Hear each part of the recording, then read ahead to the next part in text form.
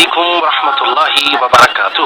آج سے ہم ایک نئے سلسلے کا آغاز کرنے جا رہے ہیں جو اس کائنات کی سب سے عظیم، سب سے اعلیٰ، سب سے اشرف اور سب سے اکمل شخصیت کی زندگی کے متعلق ہے۔ جی ہاں، ہمارے نبی کریم صلی اللہ علیہ وسلم کی حیات مبارکہ کے بارے میں، جس میں ہم نبی کریم صلی اللہ علیہ وسلم کی پیدائش سے لے کر آپ کی رحلت تک کے تمام تر واقعات ایک تسلسل کے ساتھ بیان کریں گے۔ اس میں ہم بیان کریں گے کہ رسول اللہ صلی اللہ علیہ وسلم کا بچپن کیسے گزرا، آپ صلی اللہ علیہ وسلم کی جوانی کے ایام کیسے تھے۔ ہم اس بات کا بھی تذکرہ کریں گے کہ نبوت ملنے کے بعد نبی کریم صلی اللہ علیہ وسلم کی زندگی میں کیا کیا موڑ آئے، آپ صلی اللہ علیہ وسلم کو دین کے راستے میں کیا کیا مشکلات اور آزمائشیں برداشت کرنا پڑی، کن کن لوگوں نے اس دین کی مخالفت کی، اور انت میں آپ صلی اللہ علیہ وسلم نے ان مشکلات کو عبور کیسے کیا۔ امین کرام، رسول اللہ صلی اللہ علیہ وسلم کی ولادت 571 عیسوی میں ہوئی، یعنی عیسیٰ علیہ السلام کی پیدائش اور آپ کے درمیان 571 سال کا درمیانی وقفہ ہے۔ یہ ربیع الاول کا مہینہ تھا اور شہر کا نام مکہ تھا۔ محترم سامعین، ہمارے نبی کریم صلی اللہ علیہ وسلم حضرت ابراہیم کے بیٹے حضرت اسماعیل کی اولاد میں سے تھے، اور آپ صلی اللہ علیہ وسلم کی والدہ ماجدہ کا نام آمنہ اور والد محترم کا نام عبداللہ تھا۔ نبی کریم صلی اللہ علیہ وسلم کی پیدائش کے بعد آپ صلی اللہ علیہ وسلم کے دادا حضرت عبد المطلب نے آپ کا نام محمد رکھا تھا۔ نبی کریم صلی اللہ علیہ وسلم کی پیدائش سے قبل مکہ والوں کے ساتھ ایک اہم واقعہ پیش آیا جسے ہم فیل کا واقعہ کہتے ہیں۔ اس واقعے کا ذکر قرآن مجید فرقان حمید میں بھی موجود ہے۔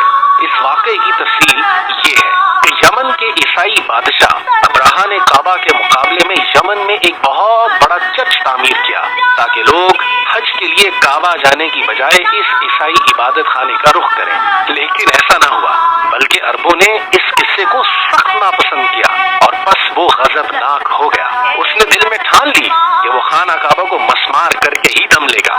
چنانچہ وہ 60,000 سپاہیوں کو لے کر اپنے ناپاک منصوبے کو پورا کرنے کے لیے روانہ ہو گیا۔ اس مہم میں اس نے اپنے ساتھ کچھ ہاتھی بھی لے لیے۔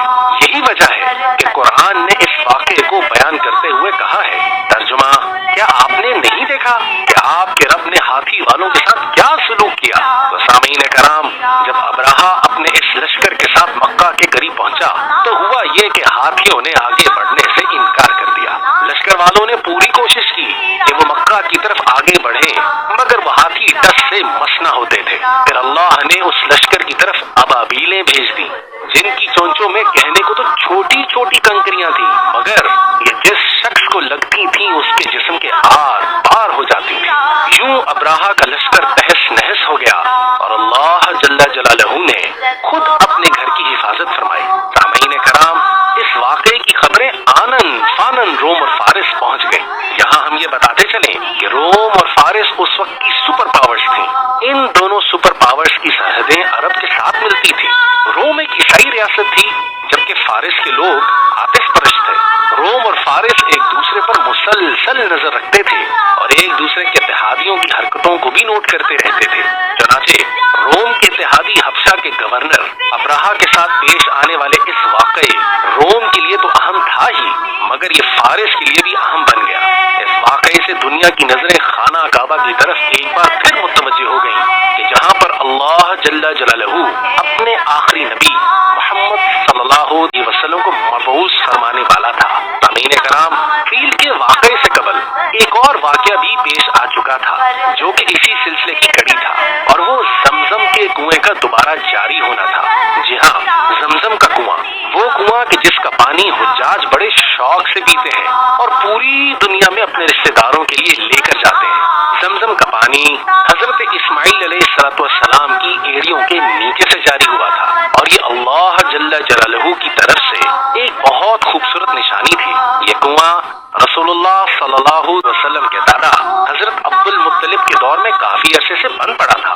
کئی دہائیوں قبل بنو جرہم، جو کہ مکہ میں قوت اور غلبہ رکھتے تھے، مکہ سے جاتے ہوئے زمزم کے کنویں کو برابر کر گئے۔ رسول اللہ صلی اللہ تبارک و تعالی علیہ وسلم کے دادا حضرت عبد المطلب کو خواب میں اس کنویں کی نشاندہی کرائی گئی۔ انہوں نے خواب کے مطابق زمین کو کھودا اور زمزم کے کنویں کو دوبارہ جاری کر دیا اور اس میں چھپائی گئی تلواریں اور زرہوں کو پگھلا کر خانہ کعبہ کے لیے ایک بہترین دروازہ تعمیر کرایا۔ یہ دونوں واقعات اس بات کا اشارہ کرتے تھے کہ مکہ کا شہر اور خانہ کعبہ اللہ جل جلالہ کے پاس ایک خاص مقام رکھتے ہیں، اور اللہ سبحانہ و تعالی اپنے خلیل حضرت ابراہیم علیہ السلام اور ان کے بیٹے حضرت اسماعیل علیہ السلام کے ذریعے مکہ میں خانہ کعبہ کی تعمیر کرائی تھی، اور اب اللہ جل جلالہ اس علاقے کو حضرت ابراہیم کے دین توحید کو دوبارہ زندہ کرنے کے لیے تیار کر رہے تھے۔ آپ صلی اللہ علیہ وسلم کی جب پیدائش ہوئی تو اس سے چند ماہ قبل آپ صلی اللہ تبارک و تعالی علیہ وسلم کے والد حضرت عبداللہ کا انتقال ہو چکا تھا۔ گویا آپ پیدائشی یتیم تھے۔ آپ صلی اللہ علیہ وسلم کی پرورش کس نے کی اور رسول اللہ صلی اللہ علیہ وسلم کا بچپن کیسے گزرا، اس کی تفصیل ہم آپ کو اگلی قسط میں ضرور بتائیں گے، تو اگلی قسط سننا نہ بھولیے گا۔ السلام علیکم ورحمۃ اللہ وبرکاتہ۔